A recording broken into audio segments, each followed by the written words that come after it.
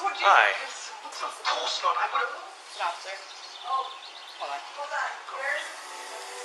How can I be so blind? Yes. Hello. Hi. So we're getting a call from your son saying that you guys are kicking him out. I actually just got home. He has a warrant out for his arrest. Right, Out for of- possibly for not doing court or something. Yep, that's right. Yep, that is right. And he's calling us saying you're kicking him out of the house. I just got home from court, like literally just walked in the house. It's been my sister, and he actually hasn't been allowed in my house because he did this the last time, and I had to do a well check because I was at work. So I did tell her not to open the door if he came back, if I'm not here.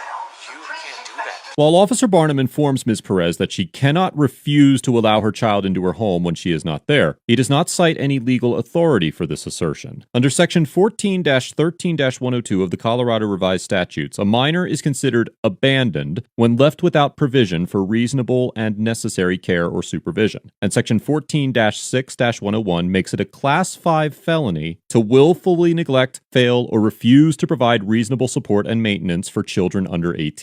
The necessary level of care and supervision will vary depending on the child's age and other relevant circumstances. Section 19-3-604 of the Colorado Revised Statutes, which details when the legal relationship between a parent and child can be terminated by the state, defines abandonment as a situation where the parent has surrendered physical custody of the child for 6 months or more without showing firm intention to resume physical custody of the child or to make permanent legal arrangements for the care of the child. There is nothing in any of these provisions that requires the care and supervision to occur in the parent's home, or grants a child an unconditional right of entry to the parent's home. In this situation, Trey had been staying with Ms. Perez's sister-in-law. Ms. Perez remained in contact with him, and he was still permitted to enter the home when Ms. Perez was present. Under these circumstances, Officer Barnum would have no legal basis to conclude that Ms. Perez had abandoned her child. Colorado also criminalizes child abandonment under the offense of child abuse, which Section 18-6-401 of the Colorado Revised Statutes defines as causing an injury to a child's life or health, permitting a child to be unreasonably placed in a situation that poses a threat of injury to the child's life or health, or engaging in a continued pattern of conduct that results in malnourishment, lack of proper medical care, cruel punishment, mistreatment, or an accumulation of injuries that ultimately results in the death of a child or serious bodily injury to a child. Since this law only applies to children under the age of 16, Ms. Perez could not be prosecuted for child abuse for her parenting decisions regarding Trey. However, she could potentially face child abuse charges for allowing Trey in the home around her 2 young children, particularly if he injured them, as this could be considered permitting them to be unreasonably placed in a situation that poses a threat of injury to their life or health. Okay, well either way he has a warrant out for his arrest, so you guys can deal with it. Okay? So, as a mother, Okay, I gotta go, okay? I'll call you back. so I'm pretty sure I know which warrant it is. It was for the incident a couple weeks ago. Yeah. Here, I'm gonna come outside. He's not coming to go to flat for that. Okay. It's not a warrant for that. It was a warrant today because he failed to show up for court. So let me explain to you, officer, what's been going on, okay? So first off, he's kicked my door down before. Okay. The whole entire thing. The other day I was at work, and I can't leave work to come and see what's going on. I have small baby children here. Okay. And he did this to my door while I was gone. While I was gone, not while I was here. So, ma'am? So I did a well check. No, please hear me out first, Okay. because I know exactly where you're going with this. Okay? So I asked him on his birthday, which was Tuesday, to get his butt home. Okay. He failed to come home. I don't know if he told you that or not, but he failed to come home. Okay. Okay, so he went to my sister-in-law's house and has been there since. Okay. And I told him, if you're not here by Friday morning in order to go to court, Trey, I'm going to court on my own. Okay. Which I did this morning. I went to court on my own. His court was at 9:30, and I will show That's you fine. where I'll I bring you into told court him. anyway. Okay, I told him your court is at 9:30, so Okay. you better be here doing what you're supposed to be doing, or I'm going to court on my own. Okay.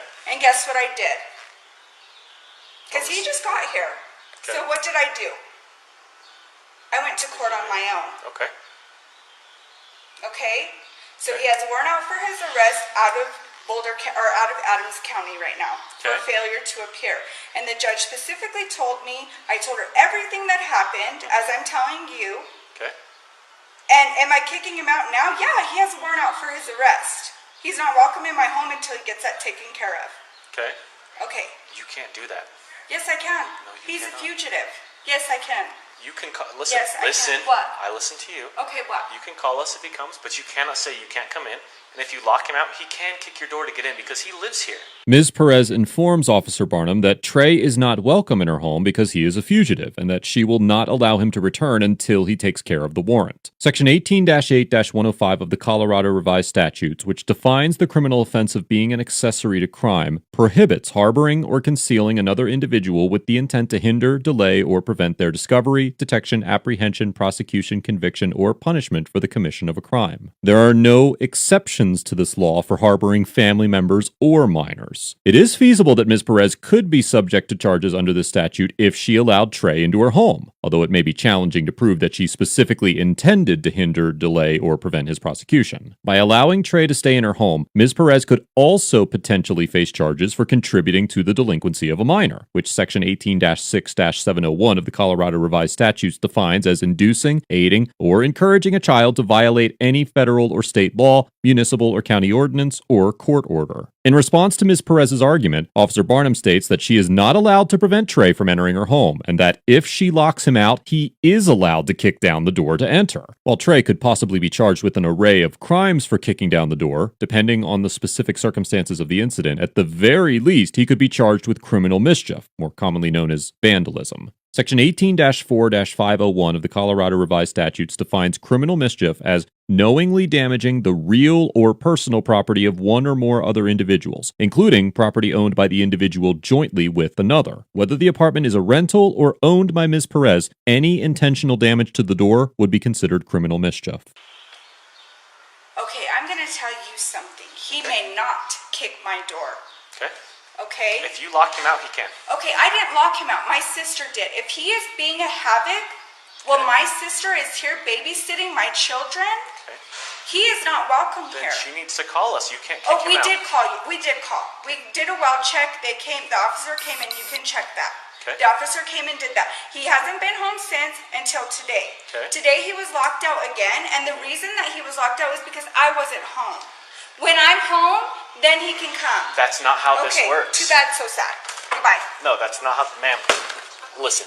That is You- not how. Ms. Perez attempts to end the conversation by entering her apartment and closing the door, and Officer Barnum kicks the door open before she can shut it, which Ms. Perez appears to interpret as an attempt to enter her apartment. Ms. Perez attempts to repel Officer Barnum by shoving him back, and Officer Barnum grabs her by the arm, pulls her out of the apartment, handcuffs her, and informs her he is placing her under arrest. The Fourth Amendment protects citizens from unreasonable governmental intrusion into their homes. As the Supreme Court of Colorado stated in the 1999 case of People v. Lewis, the principal protection for citizens against governmental intrusion into their homes is the requirement that a warrant to enter be based on probable cause. In order to enter a home without a warrant, police officers must have probable cause to believe that a crime has been committed, and exigent circumstances necessitating immediate police action must exist. In Colorado, there are three general categories of exigent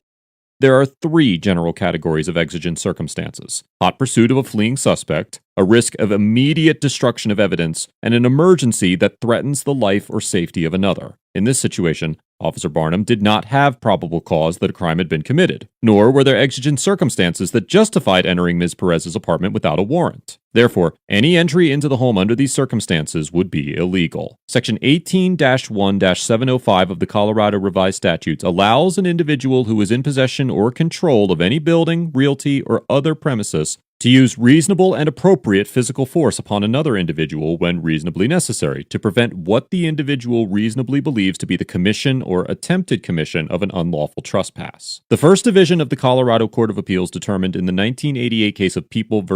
Lutz that this section is not just applicable to civilians, but it also applies to unlawful entries where the trespassers happen to be police officers. Therefore, if Ms. Perez reasonably believed that Officer Barnum was entering her home illegally, there is a legitimate argument to be made that she had the statutory privilege to resist the unlawful intrusion into the sanctuary of her private home. It is important to bear in mind that this statute does not grant citizens the right to resist an officer's entry into their home if the officer has legitimately acquired probable cause to enter with the complement of exigent circumstances. And it is extremely difficult for the average citizen to determine whether an officer's intrusion into their home is legal or not. So it is extremely unwise to physically resist officers who warrantlessly enter a private citizen's home. In situations like this one, it is almost always best to allow the officers to enter the home and challenge the legitimacy of the entry later in court, regardless of whatever statutory privileges may be granted to citizens. It is not worth the risk of mistakenly resisting a lawful entry from police and putting yourself and other occupants of your home in unnecessary danger.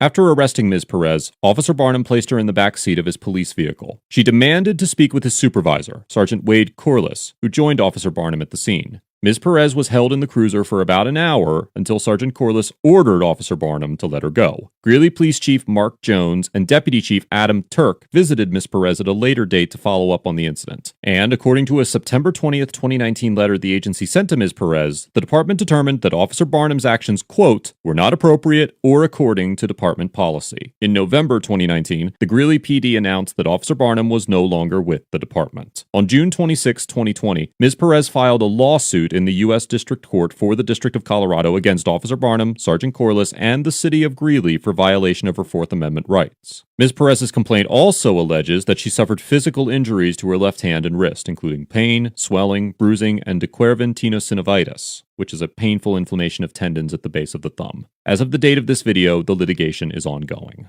Overall, Officer Barnum gets an F for failing to conduct a thorough investigation, displaying a fundamental misunderstanding of Colorado's child abandonment laws, and entering Ms. Perez's home without the legal authority to do so. This is yet another case of an officer failing to do their due diligence of understanding the laws they are charged with enforcing, and neglecting to adhere to the boundaries of the Fourth Amendment. Officer Barnum had plenty of time to contact a supervisor to ensure that he was carrying out his duty appropriately, but instead, he chose to enforce his understanding of the law, rather than clarifying that he was doing so accurately. Officer Barnum's attempt to enter Ms. Perez's home was totally unnecessary, and is yet another aspect of this encounter that could have been avoided with the advice of a superior officer. The fact that Ms. Perez was detained for the advice of a superior officer. The fact that Ms. Perez was detained for nearly an hour only adds to the scope of the Fourth Amendment violations that occurred. And I fail to see how it took the Greeley officers that long to determine that Ms. Perez's arrest was uncalled for. I commend the Greeley Police Department for their decision to fire Officer Barnum, and I sincerely hope that the department used this encounter as an opportunity to educate all of their officers on the relevant statutes and case law. Ms. Perez gets an A, because although she did allow her emotions to dictate the outcome of this interaction, she did everything she could to dispel the officer's suspicions. She did not allow Officer Barnum to intimidate her, and she followed up this encounter with the proper legal action. Officer Barnum's assertion that Ms. Perez was legally obligated to subject her younger children to the violent nature of her older son was beyond ridiculous, and I can definitely see why she was so emotional about the officer's conduct. Although Ms. Perez's decision to push the officer out of her apartment was somewhat reckless, Colorado statutes justify her actions, and it is highly unlikely a court would rule against her in that respect. As always, the courts will consider the totality of circumstances involved in this interaction, and I find it highly unlikely that a court would come to the conclusion that Ms. Perez's obligations to her son outweighed her obligations to her younger children. Much of this interaction stemmed from the poorly executed discretionary decisions of Officer Barnum, and I have no doubt that Ms. Perez will fare well in the courtroom. I commend Ms. Perez for standing up for her civil liberties and for following up this encounter with a lawsuit. Be sure to give your support to the Greeley Tribune for covering this story. You can find a link to their channel in the description below. Let us know if there is an interaction or legal topic you would like us to discuss in the comments below. Thank you for watching, and don't forget to check out the ATA Patreon page for more police interaction content.